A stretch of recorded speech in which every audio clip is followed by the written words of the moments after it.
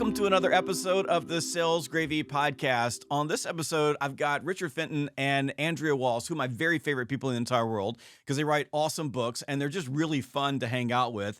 They got a brand new book out called When They Say No, and we're going to be talking about this. This is a follow-up to their mega bestseller, international, global hit, like one of the biggest books ever written in sales, Go for No. If you haven't read it, you've been under a rock. But if you haven't read it, go get it. Go for No. Before we get started, I want to talk to you a little bit about Sales Gravy University. Sales Gravy University is where sales professionals and sales teams from all over the globe, big and small, come to learn how to sell.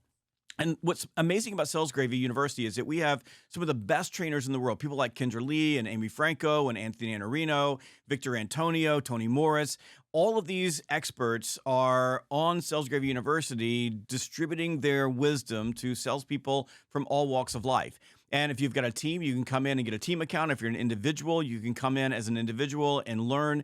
And what makes us different is our live courses that we teach every single week. So when you hop on, you have the opportunity to jump in mastermind peer groups, hop on to virtual instructor-led training taught by our master trainers, or take on-demand courses at your own pace on any device. You can get your very first course for free. Now, this is for people who have never taken a course on Sales Gravy, but if you've never taken a course before, you can get your very first course for free by using the code FREECOURSE when you go to learn.salesgravy.com. That's learn.salesgravy.com. Use the coupon code FREECOURSE. Andrea Waltz and Richard Fenton, let's talk about rejection. I'm going to set you up with this, okay? So, yes. Because I wrote a book called Fanatical Military Recruiting, and because of that, I teach military recruiters, and so do my master trainers. And in every single class we're in, and I have this on video, so it's amazing to watch people like express this feeling, watch their face, because this is sincere. Every single class, we'll have men and women who have been in combat. They've had people shooting at them, trying to kill them, and they will tell you, "I would rather have someone shoot at me than to pick up the phone and call a teenager and offer them money." Think about that. And what this impresses on you is that human beings fear two things more than anything else in the world: death and rejection. And it turns out, based on my own little focus group of people who have faced death right in the face, right, is that people fear rejection more than death. So my first question for you is, why is that? Yeah, well, I mean, we are biologically wired, as you said, to avoid getting thrown out of the tribe. We don't want that to happen. And so, we do everything within our power to not get rejected. And now that we live in the 21st century and our brains haven't caught up to this new world, it's a huge problem. So we've got to hack our brains both in a almost a physiological way. So literally kind of trying to change our physiology and also change our thought patterns as soon as the rejection happens, change that interpretation so that, our brains want to interpret it as death. And when you said rejection and death, like our brains see that as equal, right? They're the same thing. And so we've got to catch those thoughts as soon as possible and replace them with something more productive. Right. And the problem here is that people think, well, rejection and death, they're really not connected. Well, your brain doesn't just go rejection, death. It says, oh, I didn't make the sale. What if this is the beginning of a slump? What if I don't make a sale all week, all month? What if I lose my job? What if I can't get a new job? What if I've got to mortgage the house? What if we're going to lose the house? What if my family leaves me? On and on and on and on. And before you know it, they've got themselves mentally, living under the overpass, when that whole process takes about 5 seconds in your brain. It's probably even less. It's very, very quick. And so the brain is always trying to say, what does this mean? And how can I protect you? And unfortunately, your brain is not always your best friend. That's true. And of course, all that creates worry, which is the most useless of all emotions. And Dale Carnegie talked about that over 100 years ago, about how worry creates this debilitating loop inside of us that holds us back. But Andrea, when you were talking about this physiological thing, Richard, you kind of nailed it. It's the way that our brain works. And what I try to help people understand, because I think a lot of people feel shameful that they have a hard time with rejection. Like it actually causes them to want to go hide. what I want to help people understand is it's not a psychological problem. It is a physiological problem. It is the way that you were wired as a human being, because at one point in our evolution, getting rejected did mean death. Because back when we were living in caves and we were living in teepees and huts and we were depending on each other in small groups, if you crossed the line and got kicked out of the group, it was survival for real. When you got kicked out in the cold, you had no help, you had no safety, you had no food, you had no warm fire, you were going to die. So human beings over time who were more likely to pass on their genes were the people that were more sensitive to being rejected and understood where the line was drawn. So on one side of the sword, it's a really good thing for us to be able to understand how to work with each other in groups and stay connected. Mm-hmm. On the other hand, with so many things that we have to do in sales and life, it could really hold us back. Absolutely. And that's kind of why we ended up writing When They Say No, because, for 20 years, we're telling people, go out and hear no more often. And from a numbers game philosophy, that is the secret to sales in the smallest, most micro way, right? You've got to be telling your story to as many people as you can, as fast as you can, in the best way possible. What we found out, though, what we realized was pushing them, dragging them, kicking and screaming to do it. And then people started to do it, and we watched them do it successfully. But then the second piece to that, what we always heard was, but then what do I do when I get the no? And we actually saw that people were paralyzed with what to say next. They needed the thoughts to change their physiology. So what to think.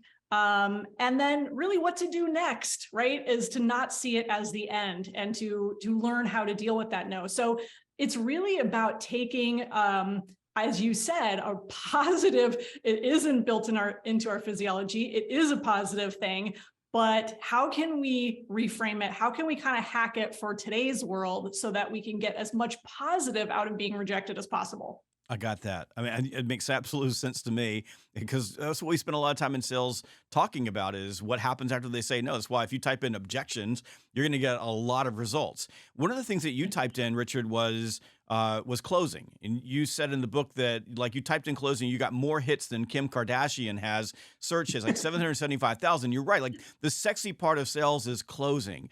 And you said that it's probably more of an opening issue than a closing issue. And I want to give you a quote from Jim Rohn. He said that that asking is the beginning of receiving. So, like, if you think about it, you've got to start with an ask of some sort. And you were talking about the stories that we tell in our head after we get no, but sometimes those stories we tell in our head before we even get started actually create or exacerbate the stories that happen after we say no. And so I want to address two things: is this whole concept of opening, like how do you open, and where is the beginning, and how do you deal with that, for lack of better words, that bullshit story you keep telling yourself about what's going to happen after you ask, and almost in a self-fulfilling prophecy, creating that through your intention in the ask. So let's talk a little bit more about opening first, and then we're going to talk about what happens, after they punch you in the face with no. Right. Well, you go to any bookstore and go to the sales shelf, and you will find, as you mentioned, 10, 15, 20, 30 books with the word close in the title, right? I mean, close early, close often, always be closing, close, close, close. Zig Ziglar's Secrets of Closing the Sale. I mean, there's just a plethora of them. I defy anybody to go into that shelf and find a book titled How to Open the Sale. Now, every now and then there's a good chapter in it. You cover that in some of your books.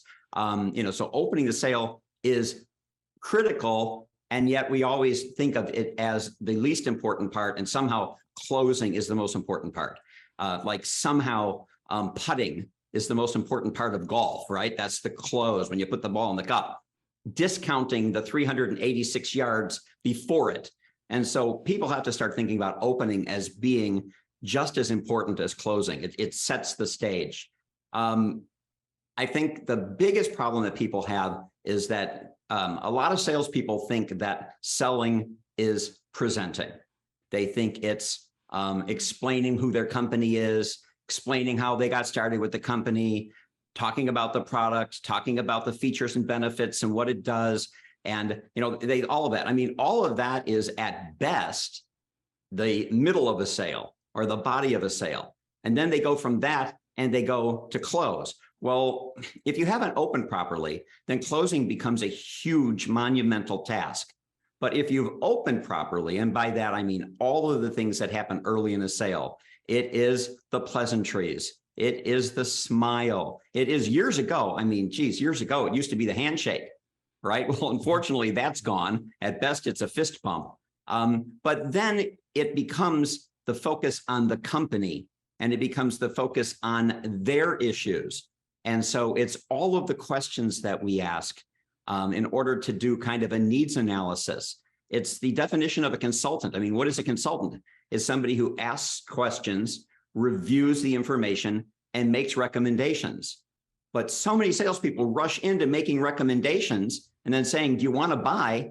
That they forgot that the important thing was to gain the trust of the prospect. And you gain trust by asking questions about them. And you also learn a bunch of things that you would have been wrong about in your presentation if you hadn't asked the questions. And so a lot of times, one or two well-asked questions with one or two answers will close a sale more quickly than all the closes in the world.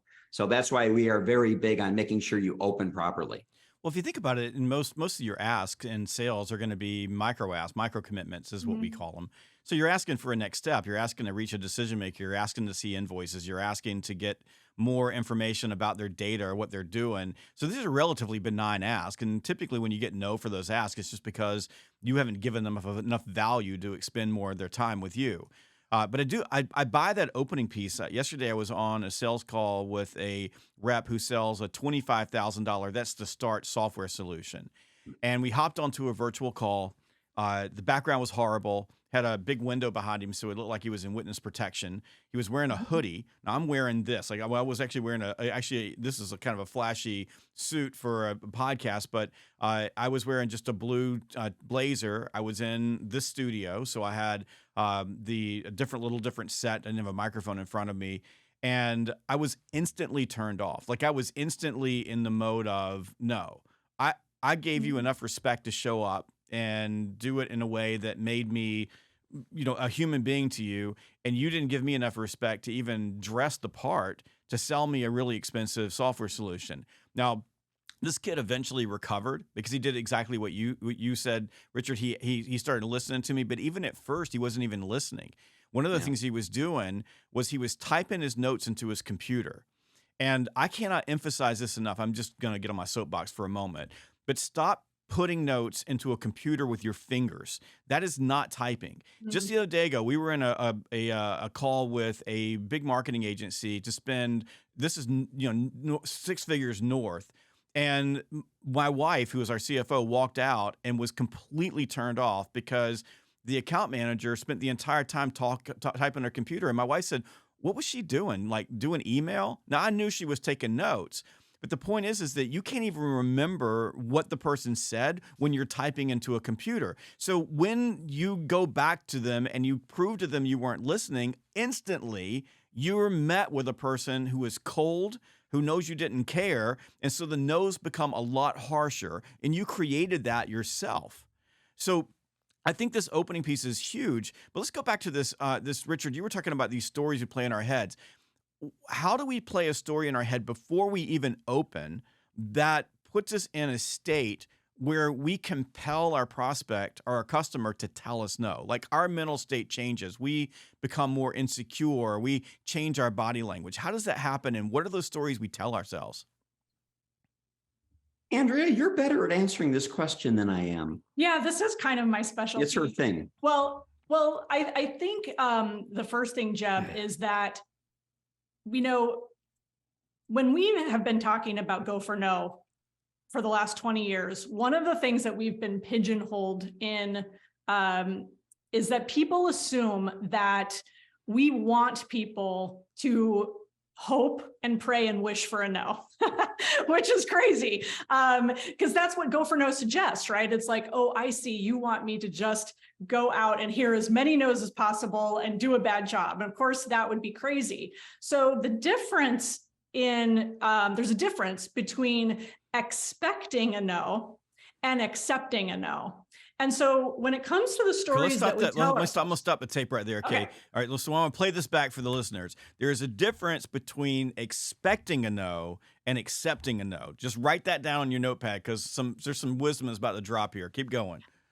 So when you think about it from that standpoint, when you think about the stories that you tell yourself, you can't tell yourself stories based on expectation. So that looks like making assumptions about what somebody's going to decide, do, or spend. You look at a company's profile, you glance at it, and you go like, okay, I know that they only have X amount of budget. I know that they buy in this window. I know that, you come up with all these things. So those stories are really there to protect us from hearing no. So we make all these assumptions and we close things down and wall off opportunities, maybe even just look at the company and go like, hey, based on this, I'm not even going to call them. I'm just going to get a flat out no. I know that. And so that's the expectation that gets set in your mind. And so you make all these decisions. And we've seen this time and time again with all the salespeople that we've talked to over the last 20 years is they have the expectation. So instead, what we want to do is change it from expectation to acceptance, which is, if it is a no, I can accept it, and then I will come up with a strategy of what to do next. If it makes sense to keep moving forward, asking additional questions, following up with them in 3 months, whatever the case may be. But that's really the differentiation. And it all comes down to, in my number one word for how to get around this is assumptions. You have got to let go of your assumptions. They're only there to protect you. They're only there to again, protect your ego. It's your brain doing it. And your brain comes up with all of these fantastic stories of why people will say no just to protect you. And so now you're left with a handful of opportunities. And the reality is you had no idea what was really going to happen. Right. And a funny story here that I think illustrates this. When we first wrote Go for No, and I have to tell you that my father was at the time the #1 seller of General Motors product in their history on the fleet side of the business, and wrote the book. I dedicated it to him, sent it to him. He reads the book and he gets so inspired. He went through and he dusted off 20 files of clients he hadn't called on in over 5 years. And he said, I just expected that they were never going to say yes to me. And he said, I called all 20 of them and 2 of them ended up, signing up with him to buy their fleet vehicles. So, this expectations that we place in the selling process always end up hurting us. But Andrea's right. We have to accept it and then try to figure out what to do with it. And that's why I had her answer the question. Well, that's the difference between assuming you're going to get a yes and assuming you're going to get a no. If you assume you're going to get a no, you change your language, you change the way that you approach them with your tone of voice and the way that your body looks. Like you come in as insecure and not confident. I just believe that like the fastest way to a yes is relax assertive confidence. People lean into confidence, right? So if you can create no's that didn't exist just because you go in assuming they're going to say no to you. And that just it just changes your language. You go, would it be okay if maybe we could kind of find some sort of time to get together? Like in that insecurity, the other human being, God help us, we're human. Like we see weakness, we pounce. And we punch you in the nose, especially if you're dealing with a director level person, like a director person who's like bullet pointed, or an analyzer person who's not seeing any of this. They're just gonna run right over you. And by the way, that creates even more insecurity. What about like in the opening or this early on? One of the things that we coach salespeople on is not getting caught up in red herrings. So, for example, the customer asks you a really hard question. It's a deep question, like about some feature of your software, or they say, you know what, there's no way I could do business with you if your prices weren't here. So they come in really early on in the opening when you're just setting the agenda, and salespeople have a tendency to pounce on those red herrings versus, like you said, Richard, taking the time to ask the questions and really understand what it means. Or in some cases, just ignoring it altogether because maybe you're in New Jersey and people just punch you in the nose to see what you'll take. Or, maybe they don't know what to say or what to ask early on. Like they're just throwing out the way they think they know how to buy. But salespeople who have that expectation, or they've already created that worry that you were talking about, Richard. They walk in and the person says something, they treat something that wasn't a no as a no, and therefore create higher level no's that they can't actually get through. Talk a little bit about that. Well, I think one of the issues is we walk into a selling situation with a game plan. And as you said, we get thrown these red herrings. We get, we immediately get an objection. We haven't even started the selling process. And like, if you don't do this, I won't do that. And I think it's very easy in that moment to now find yourself on the prospect's agenda. And you've got to keep reminding yourself, wait a second, I want the prospect to be on my agenda. Now, that doesn't mean that I've got to take this person through every single step and they've got to hit these 23 things that I've set in my mind. But you have to remember, what was the agenda? And usually for us, our agenda is always to start with learning about the prospect. We don't want to jump into a presentation of who we are and what we do and how much it costs. That's something for later. And so when we get thrown something like, so what do you guys charge for a keynote speech, right? Which is what we do for a living. Well, it'd be very easy to just throw out the dollar amount. They say no, and then it's over. So I have to remember what our agenda is. Our agenda is to find out about them. And so the minute they ask that, I will say, wow, that's a great question. Let me ask you a question. How many meetings a year do you guys have?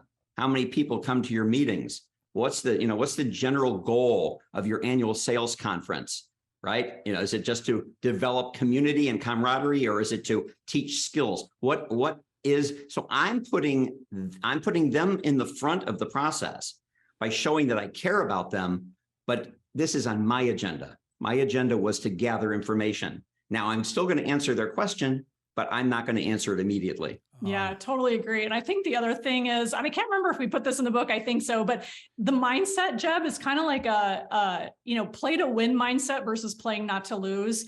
And this is a go for no mindset, which is walk in with again, not an expectation, but an understanding that, this is a long-term thing. You don't walk in with okay, this has to be a yes today, and I've got to get this deal or else, because then you are just playing not to lose. And every red herring will throw you. You'll get worried, you'll get panicked, you'll lose your confidence. And so there's got to be a level of detachment of, where you are not so emotionally invested that you allow those things to throw you. Yeah. And so it's kind of seeing that as the long-term play to win mindset is really what we're talking about. And I think that's why it matters so much that you are clear on your objective before you go into a sales call, and that you're clear on what your next step is. What's my targeted next step? What am I closing for at the end of the call? And for leaders who are listening, one of the things that I always do if I'm sitting with a rep in their car, or we're sitting side by side before we're going to drop on a call if we're in a digital sales or a virtual sales position, is I just ask them, what's the objective of the call? And what's interesting is to see how many reps say is to close the sale. I'm closing the sale today. And I go, okay, well, what stage are we in? What do we know? And that's what you need to do as a coach, like helping your salespeople. What do you know? What stage are you in? Why do you feel like right now is the time to close the deal? And in most cases, they're misaligned. Like they've got an ask misaligned with where they are in the sales process. So they need to close for something. You can't walk out of a sales call without asking for something, but maybe not asking for the sale, because at that point you're setting yourself up. And like you said, if you go in with this expectation that I'm going to close the sale and your probability of closing the sale is really, really low, then you see every little obstacle as something that's going to keep you from your objective, and you begin fighting and arguing. And that's one of the chapters in your book. You talk about why arguing, after you get a no is a really bad strategy. Talk a little bit about that. Yeah, it is. And that's just the beginning of it, right? So arguing, attacking, pouting, bridge burning, okay, fine, I can't believe you said you decided to go another direction, and building you had this great relationship that you were building and now you've destroyed it. So yeah, I think there is it's not a lot of salespeople, but we have seen a number of them. And we have a grid in the front of our book that talks about the 4 selling styles. And there's one in particular that cares most about results and the least about relationships based on those 2 concerns. And it's a salesperson we call the adversary. And they will argue or attack and bully and question. And we've all bought from a salesperson like that. And a lot of us have said yes, just because we've had an attack, we've had an argument. And just yesterday, I think I was on Twitter and having a discussion with a couple of people because I tweeted out and said, a bad yes looks like returns. It looks like bad reviews. It looks like not getting referrals.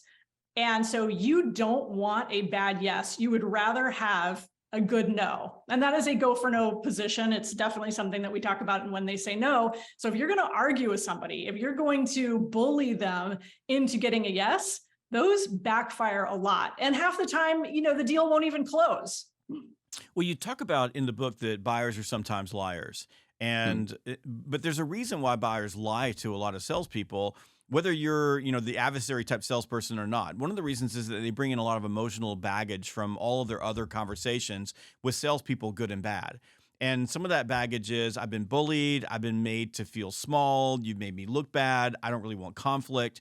So buyers who, when they tell you no, like put their head down waiting for, what else is coming, will tell you things that aren't necessarily true, usually to protect their own emotions. Like they're usually just focused on making sure there's no conflict to get away from you. And we create that environment when they feel like it's an adversary situation. And that almost always begins, as you said, Andrea, because we are connected or we're attached to an outcome versus detached from the outcome. In other words, we can go into the call and no matter what happens, we're going to be okay with it.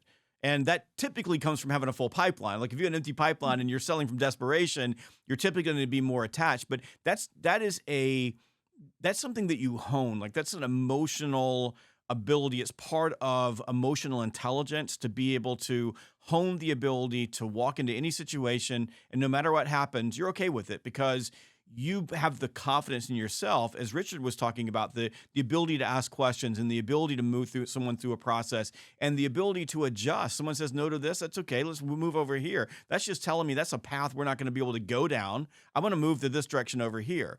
So for me, for example, in those conversations, Richard, when I'm doing discovery, I'm typically poking at things with my questions. I'm looking for sensitive spots. I'm looking for places where there is emotion or there is something wrong. And what'll happen to me in those conversations, because they're totally organic, I call them dual process, right? So I'm in the conversation, moving toward an outcome, is that I'll get a no. Like the person will go, yeah, it's not really a big deal.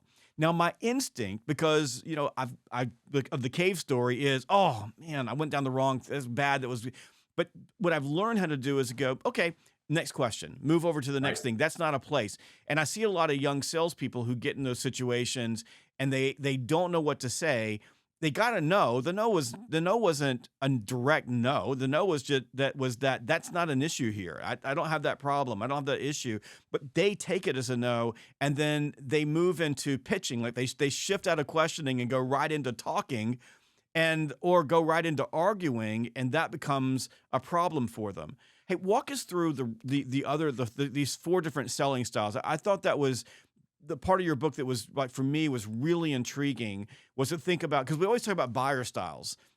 Everybody talks about buyer styles. Nobody talks about selling styles. Like, that was brilliant. Let's talk about that and how that impacts salespeople in sales conversations and what they do after they run into a no.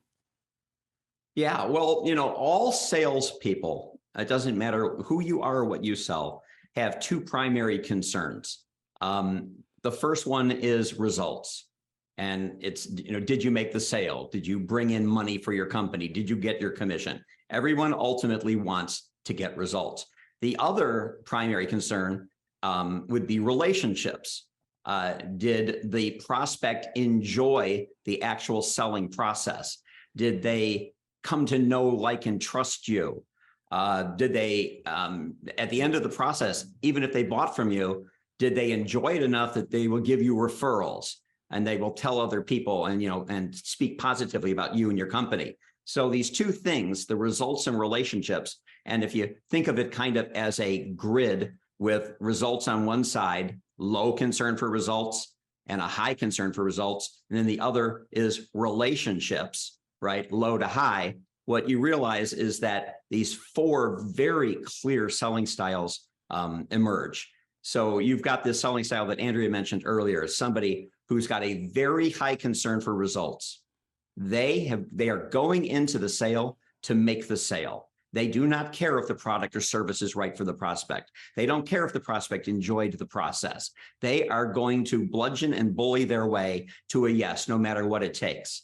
Well, that's a selling style that is kind of like a dictator, if you will, or an adversary. It's somebody who's very adversarial. They see the whole process as a battle. If you want to use a visualization, it would be a shark.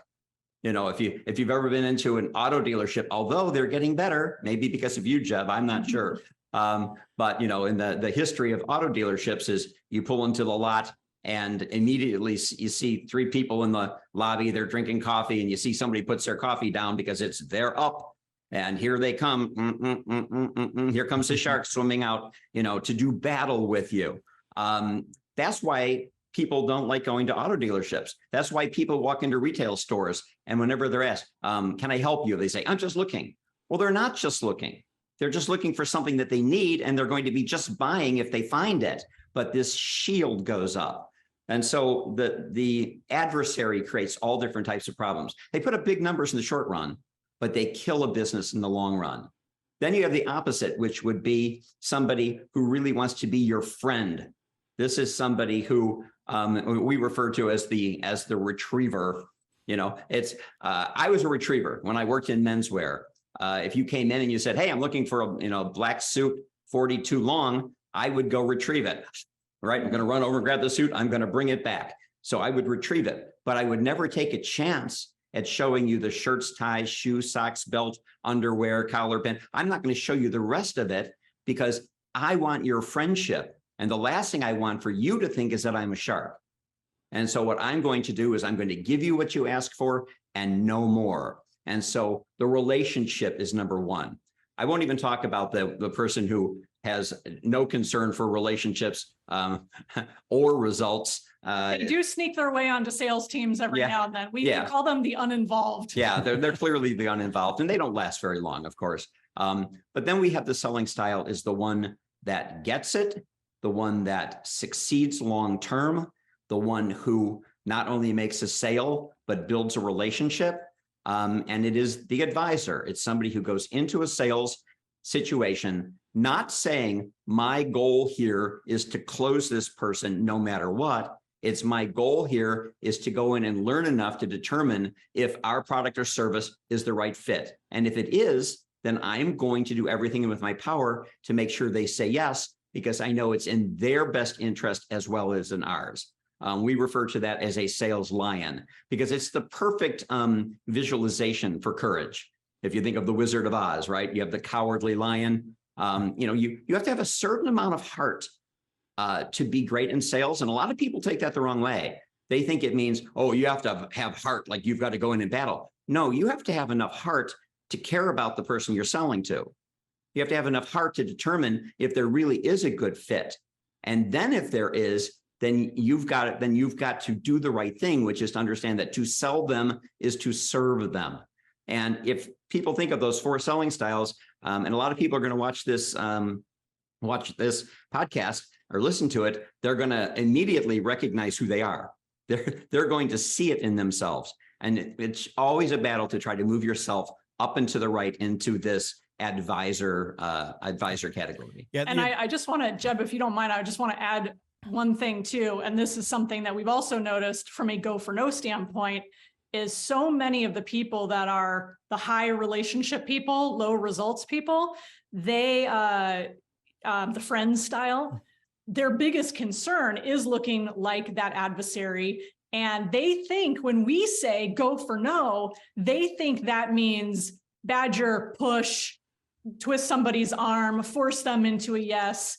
And it's actually the exact opposite. Our point is no, accept a no as part of the process, accept that you're going to hear no a lot and take it with a grain of salt and keep moving forward. And so that's what we have found over the last 20 years. Our biggest challenge, and I bet you see the same, is taking people who find themselves, who love to be people, are people pleasers. They love other people. They're networkers.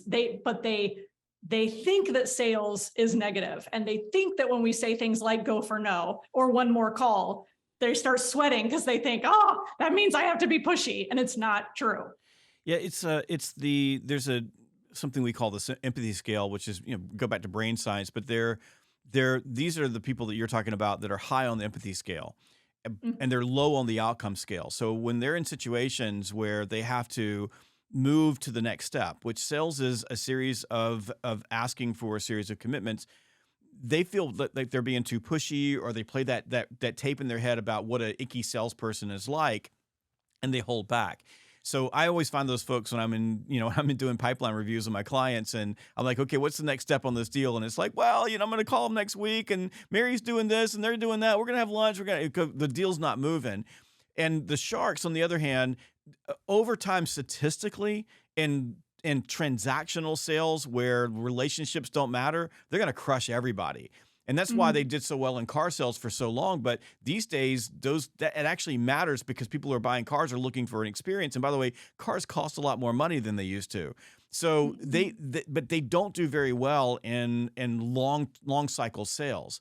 But this advisor that you were talking about, that's really the sweet spot. That is a person who can lead with empathy and always remember outcome. So they can be in the moment with you, empathetic, step in your shoes, see things from your standpoint, do discovery like Richard was talking about before a keynote, and then build a value bridge that connects the dots between what you told them and how they're going to take care of you. But when it comes to asking for what they want, they don't hesitate, and they ask with assumption. And the reason that they do is that they believe that because they were an advisor, because they led with empathy, that they earned the right to ask. So essentially what they've done is they've reshaped the way that no looks to them, because they've said, hey, I've done all of this homework. I've done all the right things. I deserve an answer for the next thing, versus the person who is is so high on the empathy scale that they just can't seem to push them away. They don't think that they deserve to get a yes. They don't think they deserve to get to ask. And it just becomes a vicious circle for them. Now, one of the things that I think you have to do in those situations, if you're an outcome-driven person, and I am, I have to be very intentional about empathy. So, Richard, you said, what are my expectations going into a call? What is my objective? Why am I going in? I've got to tell myself that story before I walk in. And sometimes I've got to look in the mirror and go, listen to people, listen to people, listen to people. And if you're high on the empathy scale, what you have to know is, what am I going to ask for at the end of this call? And you have to say it out loud, say it to yourself, write it down on a piece of paper, because if you don't, when it comes to the end, you're going to equivocate and you won't ask. And that becomes a real issue for you. So I want to shift into what happens next. Okay, so you go for no, because you taught me to do that. Go for no. I hear you in my head all the time. I'm like, here's Richard and Andrea, go for no. And sometimes I don't. Like, sometimes I'm sitting there and I'm like, I don't want to ask because I don't want them to tell me no. I don't want to find out. Go for no, Jeb. So I do it, and then they go, no. What do I do next? All right. So the very first thing that you do is step one in that process is interrupt any negative thought pattern that you have that you've screwed up. And that's where we find that a lot of people start berating themselves, like, oh, I did something wrong. I'm so bad at this. I'm not going to make it. And so we've got to interrupt that thought pattern, because we can't hate ourselves to becoming a great salesperson. That does not work. So interrupt that thought pattern, immediately replace it with basically the next question is, great, stay positive.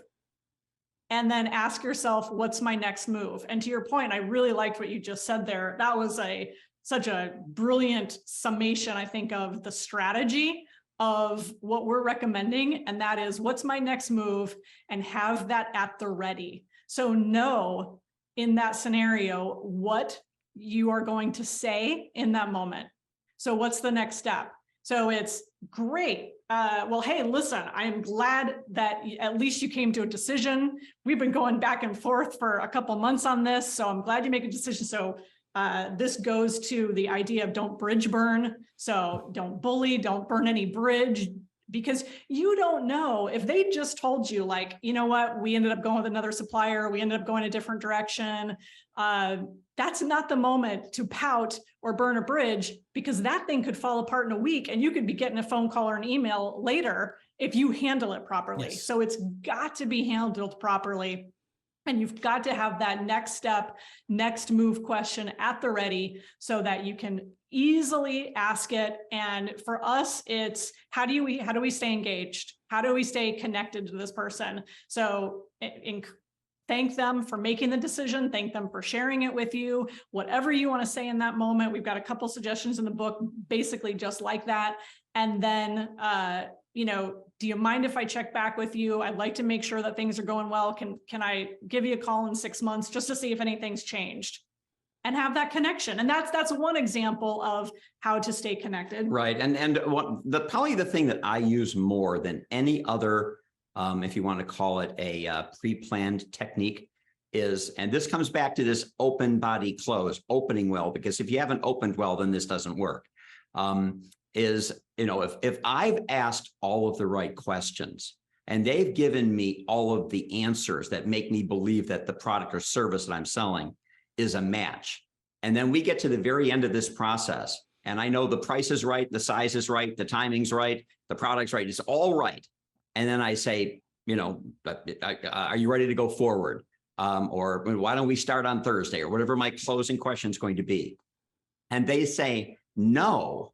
I have to tell you, the thing that I use all the time is, and it's one of our chapters, is I go, I'm really surprised. And it always sets the person kind of back a little bit, like you're surprised and think, yeah, I'm really surprised, based on everything I asked you and everything you told me, there's no doubt in my mind that this is the right product or the right service for you to move forward with. And I think, at least I thought until now, that you saw that too. Could you tell me why you're deciding not to go forward? And if you haven't asked questions in the beginning, then you can't use that. And if you are surprised, then just say, wow, I'm surprised. I mean, people are always kind of like, they get very tense and, okay, what am I going to do? It's just like, wow, I'm really surprised. I don't understand. Could you just explain that to me? And I will admit to something here, which is kind of embarrassing. I will say I'm surprised in sales. I might say it 2 or 3 times because every time I'm surprised, that's just what I say. I'm surprised. So when Andrea says, have an idea of what you're going to say and how you're going to react, right? When somebody tells you no, you have to have some plan, because otherwise sitting there in silence is not going to get you there. When I say I'm surprised, tell me why you're saying no. Now I'm selling again. I'm not talking anymore. I'm listening. But I'm selling because they are now giving me the information I need to move forward. I think the other thing to this too, Jeb, is, this book, when they say no, has a few different recipes in it. And what I have seen that salespeople always want, and I get it, especially in our group, we've got a private coaching group and everybody wants the thing, right? They want the magic bullet. Like, what's the thing? And this is why selling is both science. There's definite science to it, and it's art. And you have to you learn from experience which direction you're going to go in that moment, which path you're going to take. Sometimes you can be really comfortable with somebody, so comfortable, and joke with them and be like, oh, I'm surprised, and mess around with them and go like, wow, you're making a huge bad decision. And it would be like a total joke, right? You can laugh with them. You have like a comfort level. And there's other people, other prospects who you would never do that to. It would be totally inappropriate. And it would look adversarial, right? And so you'd never go there. And so I think there's just a certain amount, well, I know there's just a certain amount of art to this. And you have to practice these things. You have to get yourself in enough opportunities to practice these things. And sometimes it doesn't go well. And sometimes it's awkward. And sometimes you mess up and somebody will yell at you, or it's embarrassing, or it just falls flat. And you go like, okay, that approach didn't work. But that's just part of it. You learn that way, and you get good enough after time to, in that moment, make a decision of which recipe am I going to pull out for this particular situation and this particular person. Yeah, I think the when you think about what happens after they say no, when they say no, it almost begins before they say no, having a plan. Because I think that if I think about the times when I'm sitting there staring at somebody, because I have done that, like, and it's usually something transactional where I'm asking for something. It's like I never had a plan for what I thought they would say yes, so I didn't have a plan for what happened when they said no. And that makes a lot of sense. And, that's really surprising. It's that's fantastic. I love that. A lot of times I'll say, how come? I just go, how come?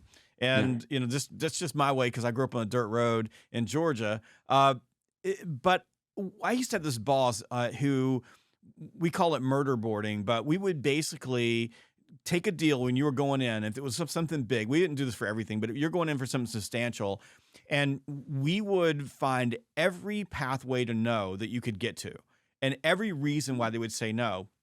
And then we would practice the responses for all those reasons, even things that were just way out in the left field. And then one of the things that he always insisted is you had a fallback position. What are you going to ask for? If you don't get that, what are you going to ask for? Because his belief was that you should always be able to walk out with something, even if it's just maintaining the relationship. Can I ask for lunch in a month from now? But I'm asking for anything that'll get a yes. Part of that was just a little bit of saving face. At least I got something, But a lot of it was just making sure that you had a plan. And what I always found through that process of taking every single no and getting what if they do this? What if they do that? What if they do this? What if they say that? What if we're in that situation? That it was always like 100 times easier when you were there in person.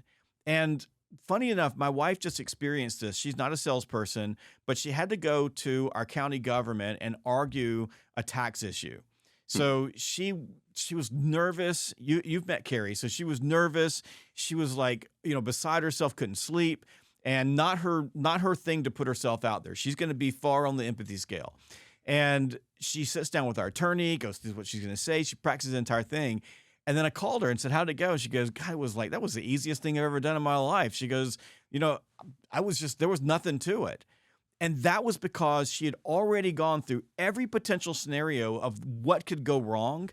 And so at that point, her brain was already prepared for, it'll be okay. It's going to be fine no matter what. So I think that matters greatly.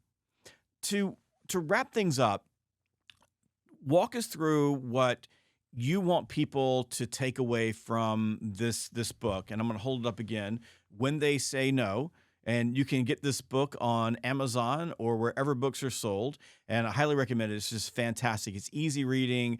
I love the way that you've broken the chapters up in small chunks.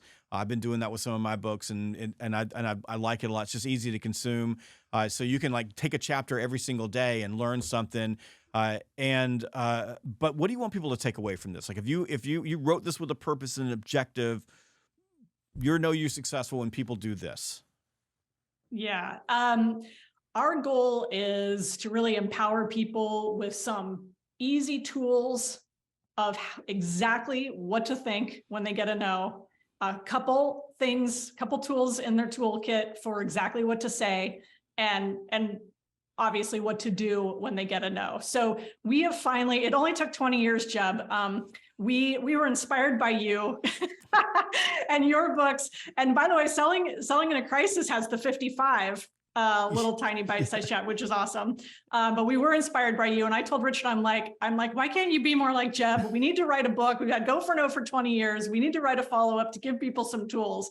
And so that's really what this is. It's like, it's great to tell people to put yourself out there and be willing to get those no's. And now I think this will give people a lot of hopefully confidence and courage, because that's so much of this is the more you do these things and the more you see. I think one of our things is if you get a no, you won't die. The more you recognize that to be true, And even Mark Hunter, I think we have a quote from Mark Hunter in there about that nobody has ever died from getting a no children or animals are harmed.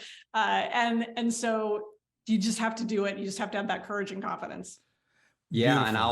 Beautiful. And I'll wrap up by, I'll just wrap up by saying, our good friend and long-term sales trainer, Joel Weldon, said to us one day, he said, you don't get paid for the yeses, you get paid for the nos. He said, if everybody said yes, salespeople wouldn't be the highest paid profession in the world. We get paid for the nos. And I think that's a really profound statement.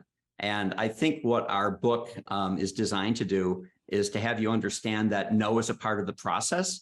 No's are going to happen. And if you're going to be a professional salesperson, you also have to be a good Boy Scout or a good Girl Scout. You have to be prepared. You have to be prepared. And you have to understand no's are going to come. You can't get flat-footed. You're not going to be perfect at it when you start, but there's no reason that you should be in this profession 6 months, 6 years, God forbid, 26 years, and still not know what you're going to do when you hear the word no. So you have to get prepared. And if you get prepared, you're going to be great at this. There you go. I'm gonna paraphrase what Richard just said. Winging it is stupid. So get prepared. Awesome. Well, so glad to be able to spend some time with you today. And I want to hold this book up one more time for everybody because you got to go buy this book. It is called When They Say No. It's fantastic. It's awesome. Go get it. And if you don't have Go for No, get that too. Read them both together. And after 20 years, it is a book that holds up very, very well. It's almost brand new every time I read it. It's awesome. Richard and Andrea, tell us how people can come find you, learn about you, get information, get you to come in for a keynote. We're well branded. Nobody owns no, Jeb. So goforno.com. They can find us there. Twitter, Instagram, Facebook, Go for No. We're Beautiful. there. Awesome. With lots of motivation. Lots of motivation. Motivation. Very good. Awesome. Well, thank you for joining me on the Sales Gravy podcast. And folks, before you take off, make sure you go to excuse me. And folks, before you take off, make sure you go to Sales Gravy University and check out all of the amazing courses that we have from top experts around the world, including me, by the way. I've got a brand new course that's going up today called The 5 Elements of Effective Sales Presentations. You can go take your very first course for free using the code FREECOURSE when you go to learn.salesgravy.com. That's learn.salesgravy.com. I'll see you next time on the Sales Gravy Podcast.